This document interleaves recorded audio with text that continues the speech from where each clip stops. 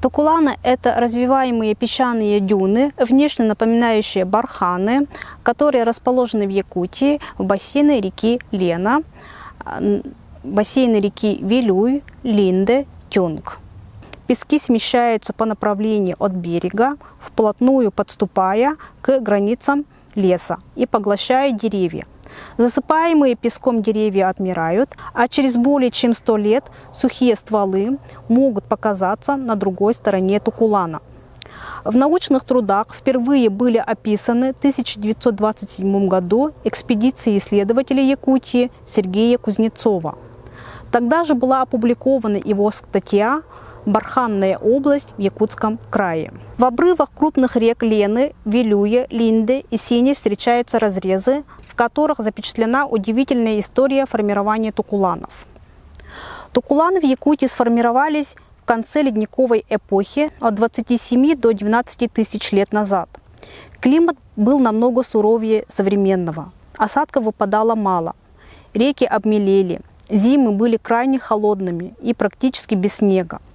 Ветер подхватывал песчаные отложения рек и перемещал их в разных направлениях. Площади дюн на территории Центральной Якутии занимали тогда до 1 миллиона квадратных километров.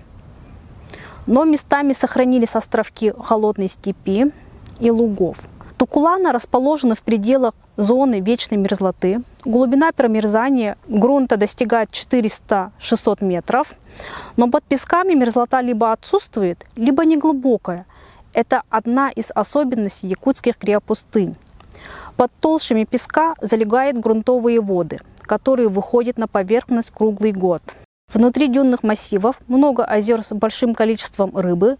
Природа тукуланов отличается от природы окрестной тайги. Здесь более низкая влажность воздуха, так как вода быстро просачивается сквозь песок и не задерживается там надолго.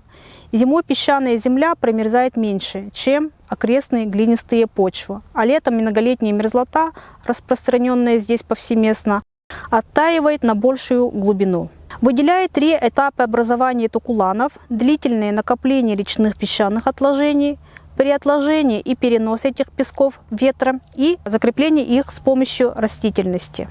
Криопустыни встречаются не только в Якутии, но есть и в Норвегии и на Аляске. В пустыне Кобек на Аляске создан национальный парк, куда приезжает много любителей активного отдыха. Несмотря на то, что тукуланы напоминают пустыню, здесь есть жизнь. Здесь можно увидеть следы всех лесных животных. Здесь есть озера, здесь есть погребенные реки, есть подземные воды, встречается растительность и можно найти орудие труда древнего человека и останки древних животных.